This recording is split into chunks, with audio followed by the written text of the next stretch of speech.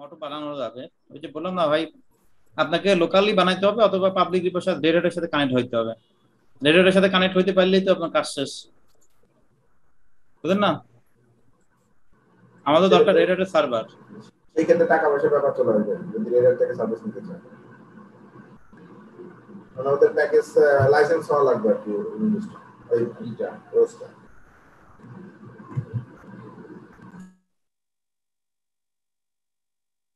2 মাস free করতে পারবেন, 60 দিন ফ্রি আছে। আর সেখানে আইপিটার অ্যাড্রেস আছে, রুট সেন্টার আইপি হচ্ছে কত 250। আপনাকে আইপিটা হচ্ছে আমরা ঢুকবো এখান থেকে এসএসএইচ করে, হ্যাঁ এসএসএইচ রুট @11.250।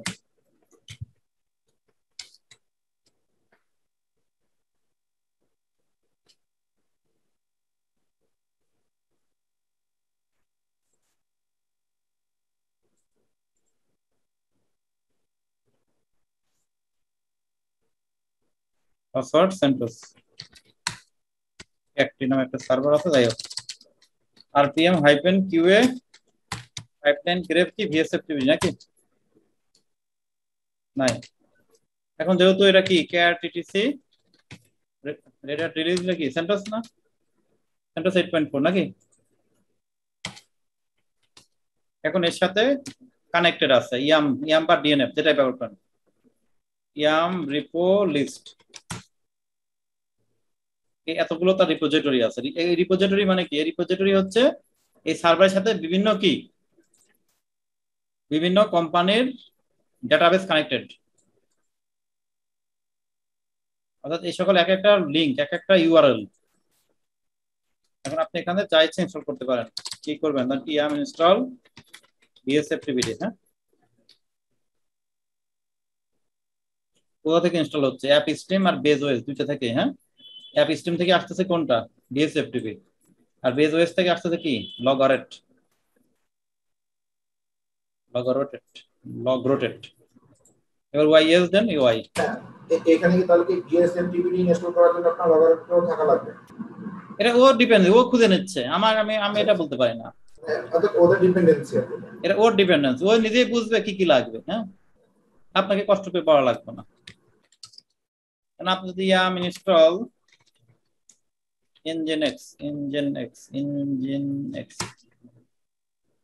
তো আমি দিলাম ইনস্টল ইঞ্জিনএক্স, সে কি বললো যে ওর বিভিন্ন মডিউল লাগবে, মেল মডিউল আছে, স্ট্রিম মডিউল আছে, পার্লে লেখা ইঞ্জিনএক্স, তাহলে এগুলো তার ডিপেন্ডেন্সি।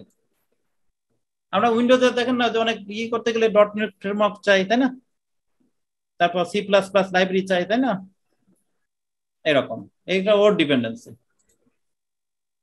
ওয়াইতে ইনস্টল, একটা সেকেন্ড।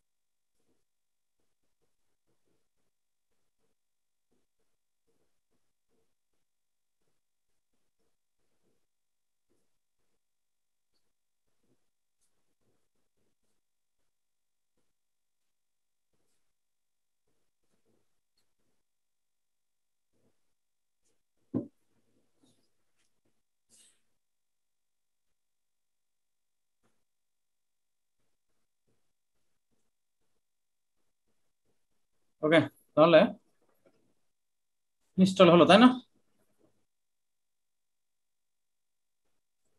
এরপর আরপিএম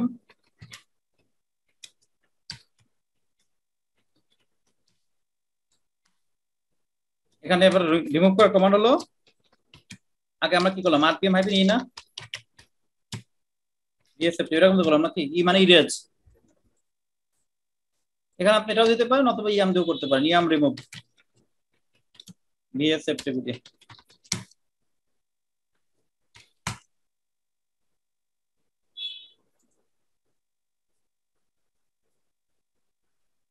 এটা কি ভাই সেন্টোসে করতেছেন না? সেন্টোসে, হ্যাঁ।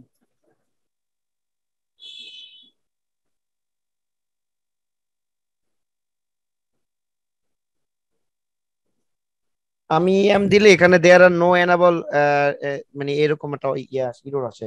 রেড না সেন্টোস? রেড রেড হবে না, বারবার বলতেছি কি সকাল থেকে। রেড ইয়াম কাজ করবে না আপনার ও আচ্ছা ততক্ষণ পর্যন্ত আপনি ওর সাথে কানেক্টেড না করবেন ডিপোজিটরি।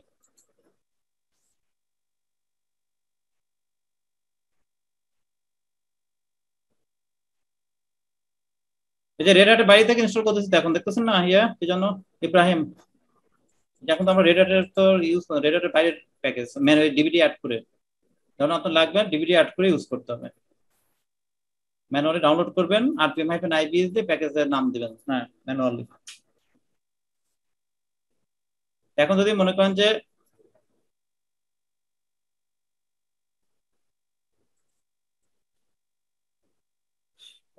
মনে করেন যে আমার ডিভিডি দিয়ে আমি আমার রেড হ্যাটের এই সেন্টোস যেভাবে আমরা ইয়াম ব্যবহার করতেছি আমরা রেড হ্যাটের লোকাল ইয়াম বানাইতে পারি কিনা,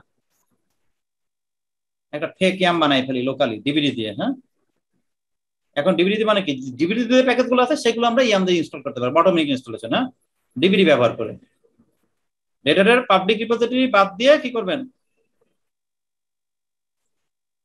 রেড হ্যাটের রিপোজিটরি বাদ দিয়ে আপনি কি করবেন,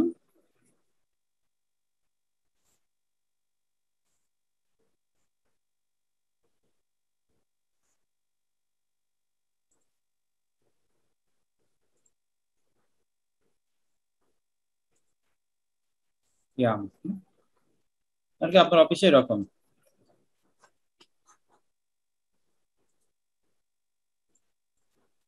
এগুলো সব সার্ভার, এগুলো তখন আপনি ইয়াম দিচ্ছেন তখন কি পাবলিকে চলে যাচ্ছে। রেড হ্যাট হোক মিরর, অর্থাৎ রেড হ্যাট হোক সেন্টোস হোক মিরর। এখন দেখা গেলো যে আপনার ইন্টারনেট নাই বা ইন্টারনেট থেকে অ্যাক্সেস বন্ধ বা যাই হোক লাইসেন্স নাই হোয়াট এভার, তাহলে আমরা কি করতে পারি, লোকালি কি করতে পারি, ইয়াম বানাইতে পারি, লোকালি ইয়াম বানাইতে পারি। তখন আমাদের লোকাল মেশিন গুলো বা লোকাল সার্ভার গুলো ইন্টারনেট বাদেই আমরা কি আমাদের যে ডিভিডি আছে না ডিভিডি, এই ডিভিডিটা কানেক্ট করে কি করতে পারি, এই ডিপোজিটরি থেকে সমস্ত প্যাকেজ ইনস্টল করতে পারি। ক্লিয়ার? ডিভিডি থেকে ডিভিডিটাকে ইয়াম বানাই ফেলানো যায়।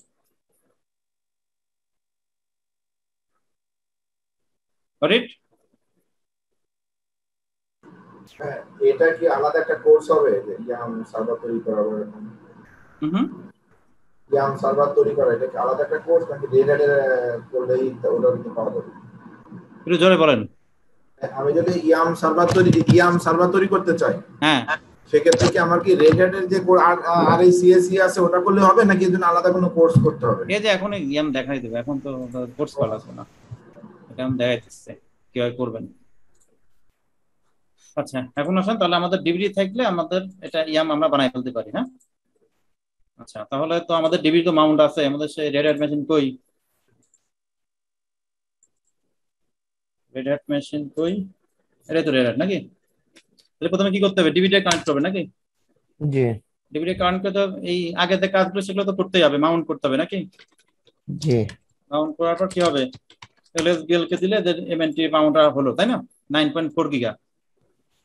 ঠিক আছে, এখন আমি যখন কমান্ড চালাবো 9.4 গিগা থেকে যে প্যাকেজ আছে এখান থেকে ইনস্টল হবে। হ্যাঁ, আচ্ছা এখন ইয়ামের কনফিগারেশন ফাইল থাকে হচ্ছে এখানে cd etc yam.repos.d। এখানে গেলে দেখবেন একটা ফাইল আছে নাম কি redhat.repo। এই ফাইলটাকে রেডহ্যাটের সার্ভারের সাথে কানেক্ট করে। কোথায় কানেক্ট করে, এই যে যেমন এখানে কি এই এই ফাইলটাকে কি করে নাকি সার্ভারটাকে কি রেডহ্যাটের যে মিরর আছে, মিরর মানে কি ওদের অ্যাপ্লিকেশন ডেটাবেস, সেটার সাথে কানেক্ট করে দেয় এই ফাইলটা, রেপো ফাইল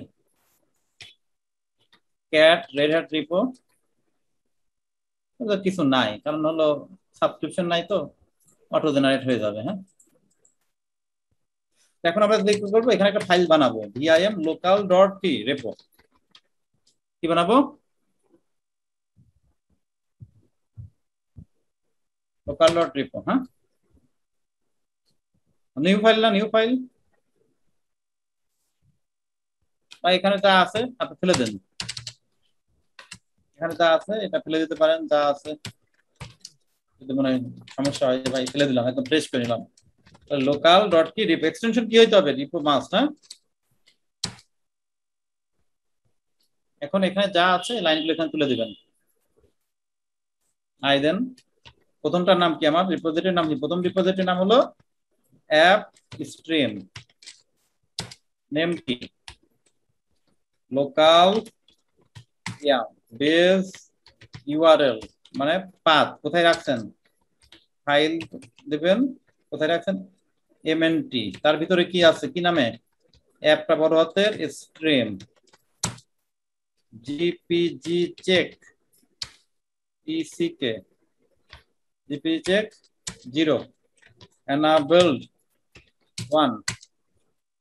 এরপর এখানে আসেন, সেটা হলো base OS name local yam2 base URL file, তিনটা, প্রথম দুটো হলো প্রোটোকলের জন্য, পরেরটা এমএনটির জন্য, এমএনটি তার ভিতর বেস ওএস,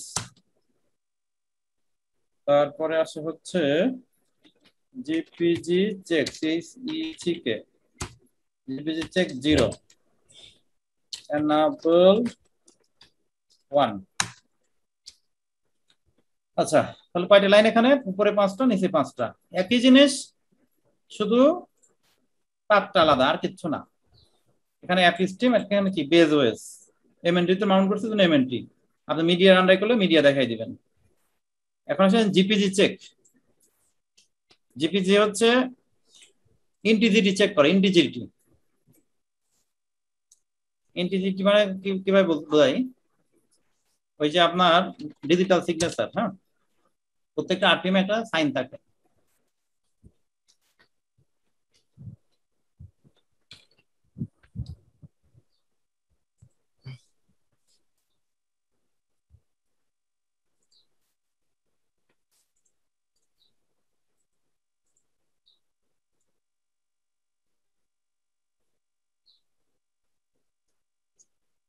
ঠিক আছে।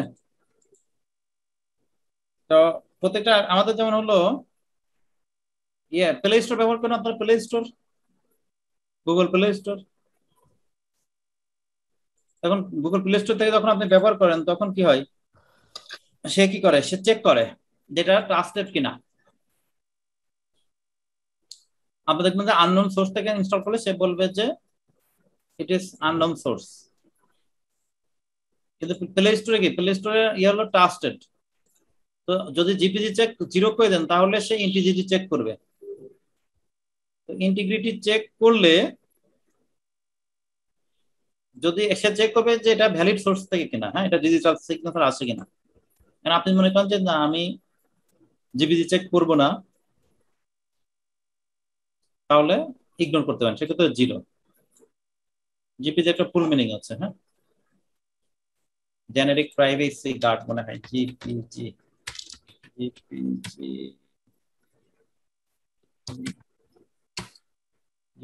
জেএনইউ, আচ্ছা, হ্যাঁ, জেএনইউ প্রাইভেসি গার্ড, জিপিজি, হ্যাঁ,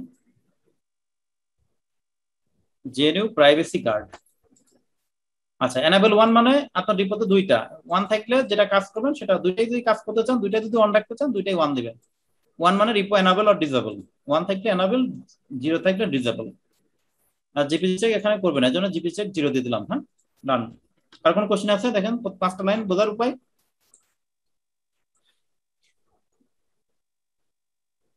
বলতেছি যে ইভেন্টটি যদি মানে যতক্ষণ মানে ডিভিডি ভিতরে থাকবে ভিতরে যতক্ষণ থাকবে, আইএসও যতক্ষণ থাকবে ততক্ষণ।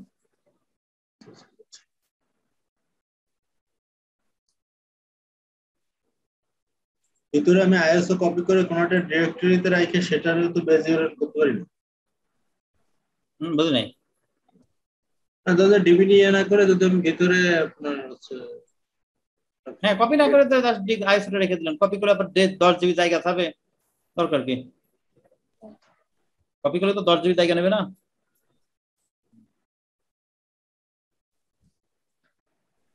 হুম,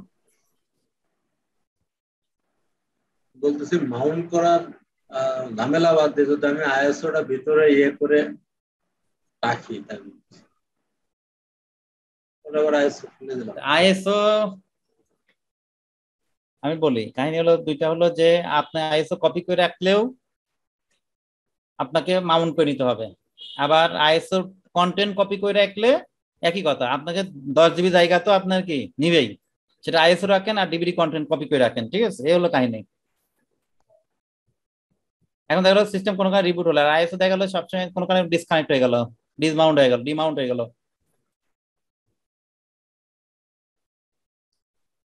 তো এক্ষেত্রে দেখা গেলো যে আপনার যদি পেন ড্রাইভ কানেক্ট থাকে, পেন ড্রাইভ থেকে ইয়াম ব্যবহার করলেন, বা পেন ড্রাইভ থাকলে আপনাকে কিছু কপি করতে হবে না, 10 জিবি জায়গা লস হবে না। আর যদি মনে করেন যে আমার সবসময় লাগবে, আমার স্পেস অ্যাভেলেবেল আছে, তো ভালো কথা, আপনি একটা আইএসও আপনার সিস্টেমে রেখে দিতেই পারেন, কোনো সমস্যা নেই। আইএসও দিয়েও করা যাবে, ডিভিডি দিয়েও করা যাবে, এক্সটার্নাল ড্রাইভ দিয়েও করা যাবে, ব্যাস।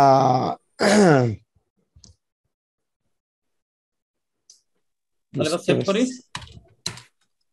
এবার দেন এখান থেকে কাজ শেষ আমার, এখন আর আমরা কষ্ট করে ম্যানুয়াল কমান্ড চালানো লাগবে না। ইয়াম ইনফো ডিএসএফটিভিটি, হ্যাঁ, এই যে ডিএসএফটিভিটি, হ্যাঁ, কি কমান্ডটা কি দিয়েছেন ভাই? ইয়ান ইনফো, ইয়াম ইনফো, একটু এক মিনিট। ইনফো মানে আমি জানতে চাচ্ছি যে এখানে ইনফো এটা সম্পর্কে আমি জানতে চাচ্ছি। 180 মেগাবাইট কোথায় আছে? অ্যাপ স্ট্রিম, হ্যাঁ, বিস্তারিত ইনস্টল আছে। ওকে, এখন ইনস্টল করতে পারেন, ইয়াম ইনস্টল ডিএসএফটিভিটি, হ্যাঁ, কোথা থেকে? Local app stream.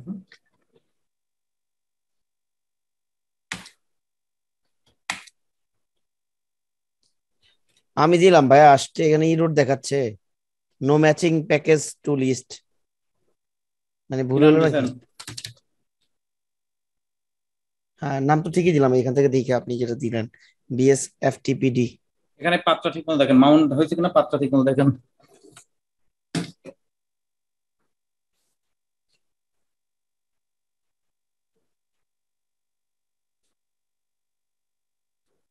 ওইটা দেখবো কিভাবে, আবার কি কমান্ড দিয়ে? ক্যাট, আচ্ছা আচ্ছা।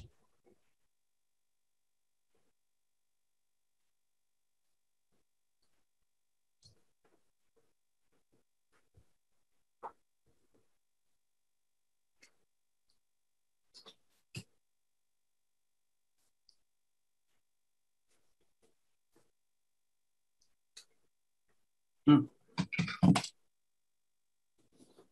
হয়েছে? ভাই দেখাবেন, স্ক্রিনশট তুলে দিয়ে দেবেন কাজ না হইলে। না, হয়েছে? না হয় নাই, ওইখানে মানে সেভ হয় নাই। সেভ করতে হবে।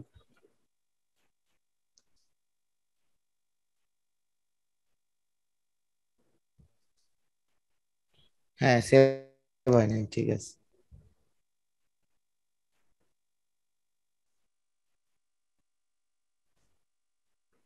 সমস্যা নাই, তাহলে পরে করবো নি।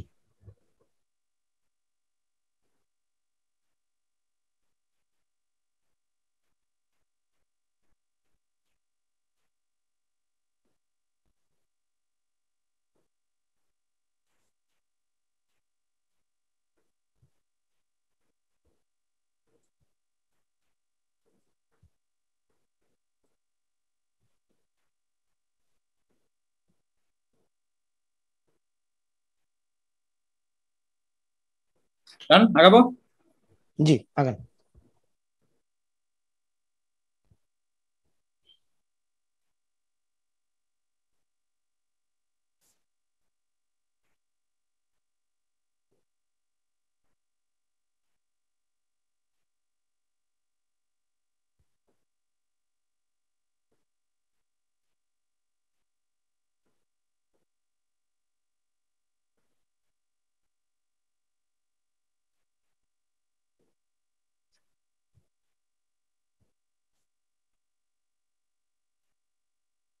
ওকে, এখন আসেন, সেটা হলো, তাহলে আমরা দেখলাম কিভাবে লোকাল ইয়ে ব্যবহার করে